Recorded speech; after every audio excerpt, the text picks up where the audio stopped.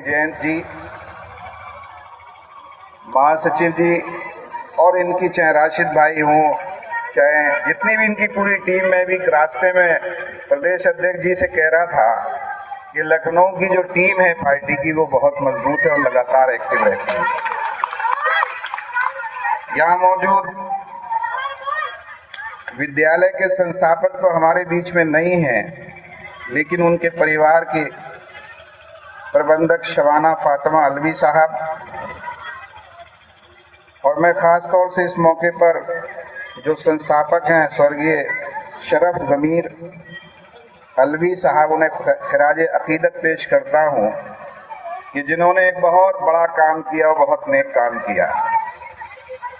मैं अलीगढ़ यूनिवर्सिटी से मैंने तालीम हासिल की है। अलीगढ़ यूनिवर्सिटी के बारे में हमें और आपको भी मालूम है कि अलीगढ़ मुस्लिम यूनिवर्सिटी के बानी सर सैयद अहमद खां अलैहिर्रहमा, जिन्होंने यूनिवर्सिटी को, क्योंकि वो जहालत का दौर था जब पूरे समाज में, पूरे देश में जाहिलियत थी और पढ़ाई से लोग कोसों दूर थे, ऐसे वक्त में सर सैयद अहमद खान ने एक यूनिवर्सिटी के बारे में सोचा, एक कॉलेज के बारे में सोचा, और उनके पास पैसा भी नहीं था। लेकिन जब वो चंदा करने के लिए जाते थे, एक जगह गए एक अमीर साहब से, अमीरजादे साहब से चंदा करने के लिए, और हाथ फैलाकर कहा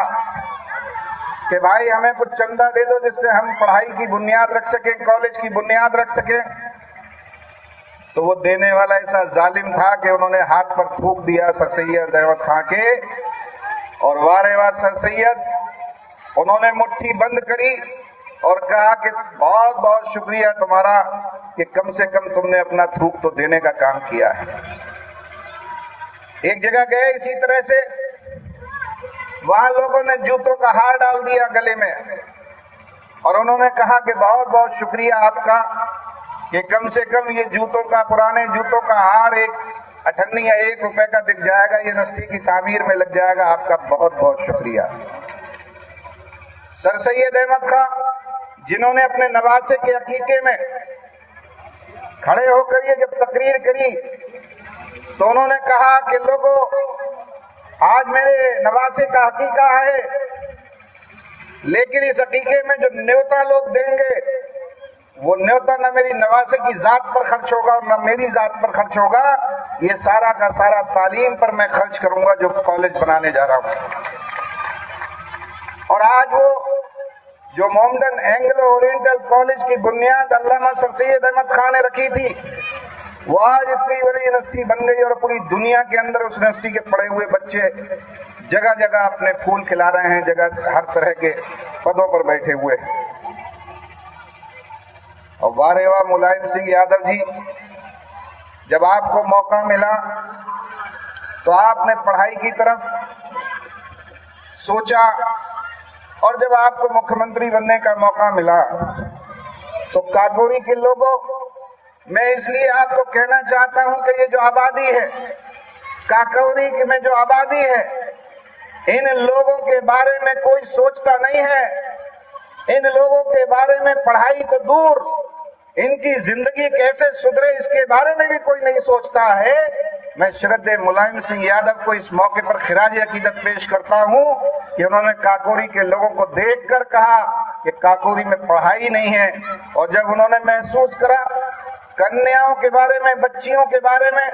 क्योंकि बच्ची अगर पढ़ जाती है तो एक घर नहीं, वो 2 घर और 2 नस्लें संवार देती है, तब उन्होंने आपको एक कन्या इंटर कॉलेज देने का मौका उनको मिला और दिया। और पूरे प्रदेश में ही, काकोरी नहीं बल्कि पूरे प्रदेश के हर ब्लॉक में एक एक कन्या इंटर कॉलेज आदरणीय मुलायम सिंह यादव जी ने बनवाने का काम किया था। उनके सुपुत्र और हमारे सबके, आप सबके नेता आदरणीय राष्ट्रीय अध्यक्ष जी अखिलेश यादव जी को जब मौका मिला तो उन्होंने बच्चों की, क्योंकि वो भी पढ़े लिखे इंसान हैं, विदेश से पढ़कर आए हैं, और उन्होंने महसूस किया कि समाज में हम क्या कर सकते हैं। तो जो गरीबों के बच्चे, अमीरों के बच्चों के हाथ में लैपटॉप देखकर ये सोचते थे कि पता नहीं ये कौन सी मशीन है, पता नहीं हमारे हाथ में भी कभी ये आएगा कि नहीं आएगा, लेकिन आदरणीय अखिलेश यादव जी, वारे आप धन्य हो आपने ऐसे तमाम गरीब बच्चों के हाथों में लैपटॉप दे दिया और वो लैपटॉप चलाने लगे बच्चे, और उससे तरक्की हो रही है देश और प्रदेश की। साथियों, इस मौके पर बहुत कुछ ना कहते हुए, लेकिन ये जो कोशिश है, जो लोग भी इस कॉलेज के बानी हैं, मैं उनको भी बहुत बहुत मुबारकबाद देता हूं कि आज के दौर में जहां पर भारतीय जनता पार्टी की सरकार चल रही है,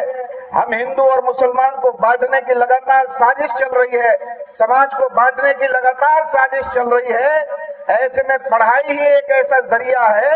कि पढ़े लिखे लोग जब समाज में हो जाएंगे तो ऐसे लोग जो हमें आपस में दरार पैदा करना चाहते हैं, उनकी साजिशों को कामयाब ये पढ़े लिखे बच्चे और पढ़े लिखे लोग नहीं होने देंगे। एक तरफ शाखाएं लग रही हैं,